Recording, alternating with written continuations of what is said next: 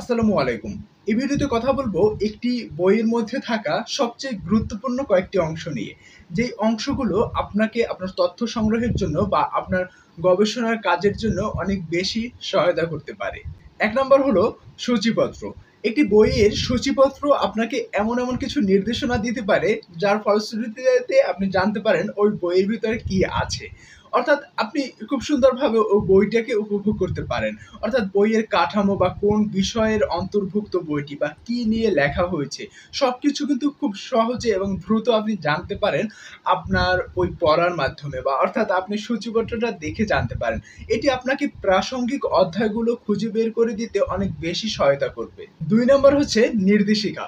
নির্দেশিকায় সাধারণত আমরা যেটা দেখতে পাই, বিভিন্ন শব্দ ব্যবহার করে বইয়ের কোন পেইজে ওই শব্দ নিয়ে কথা বলা হয়েছে এই বিষয়ে আলোকপাত করা হয়ে থাকে।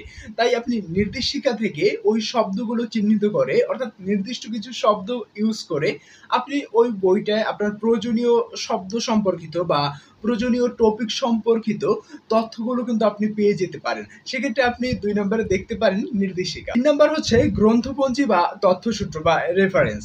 আপনি আপনার যে ধরনের আর্টিকেল পড়ছেন, ওই আর্টিকেল পড়ে দেখবেন কি ওখানে বেশ কিছু রেফারেন্স আছে, এবং এই অংশটা আপনাকে আরো গভীরভাবে বা প্রাথমিক উৎস খুঁজতে কিন্তু সহায়তা করবে। আমার ব্যক্তি জীবনেই হয়েছে। আমি অনেক ধরনের বই কিনেছি যেটা হচ্ছে রেফারেন্স থেকে। অর্থাৎ রেফারেন্স আমি দেখেছি এই বইটা থেকে। এই বইটা থেকে বেশি রেফারেন্স আনা হয়েছে, বা ওই বইটা আমি তারপর সংগ্রহ করেছি। কারণ যেটা দেখলাম অনেক রাইটারই এই রেফারেন্স বা এই বইটা বেশি ইউজ করছে। এরকম কিন্তু আমার জীবনে আমি অনেক ধরনের প্রবন্ধ যেগুলো আমি একাডেমিক জীবনে পড়েছি, সেখান থেকে আমি যেগুলো বই কিনেছি বেশিরভাগই ছিল রেফারেন্স থেকে কেনা। কারণ আমার চিন্তাভাবনা এই রাইটার যখন একটা প্রবন্ধ এটা নিয়ে লিখেছে, তিনি এই রেফারেন্স ব্যবহার করেছেন।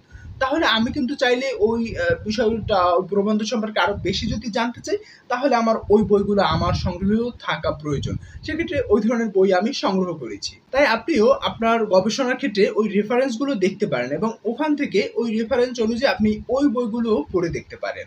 এরপরে ৪ নম্বর পয়েন্ট হচ্ছে ভূমিকা ও উপসংহার। এই ২ টাকে আমি একসাথে করেছি এই কারণে, অনেক সময় ভূমিকায় বিশেষ ধরনের বই নিয়ে যুক্তি থাকে। ওই বইটা কেন তৈরি করা হয়েছে, বা উপসংহারেও এই ধরনের লেখা থাকে। এই বইটি কেনই বা রচনা করা হয়েছে, বা এই বইতে কি আছে। অর্থাৎ ওই বইয়ের সামগ্রিক যুক্তি, লক্ষ্য বা ফলাফল সম্পর্কে কিন্তু একটা সামগ্রিক ধারণা পাওয়া যায় ভূমিকা এবং উপসংহার থেকে।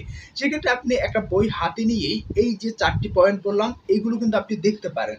তাহলে আপনার গবেষণা ক্ষেত্রে আপনার একটু সময় সেভ হবে। কারণ আপনি যখন এই পয়েন্টগুলো দেখবেন, এখান থেকে আপনি আমার মতে অনেক ধরনের ধারণাই পেয়ে যাবেন, যেটা হচ্ছে বই পড়ে একদম সম্পূর্ণ বই শেষ না করার আগে এই পয়েন্টগুলো, অর্থাৎ একটা বইয়ের গুরুত্বপূর্ণ এই ৪ টি অংশ যদি আপনি দেখেন, সেক্ষেত্রে আপনার গবেষণার ক্ষেত্রে আপনার একটু হলেও সময় আরকি বেঁচে যাবে। তাই এগুলো এভাবে দেখতে পারেন, বা আমি যদি আমার এই ভিডিওতে কোনো কিছু বলতে মিস করে থাকি, আমার অনুরোধ থাকবে আপনি কমেন্ট বক্সে সেটা আমাকে সংশোধন করে দিবেন। ধন্যবাদ।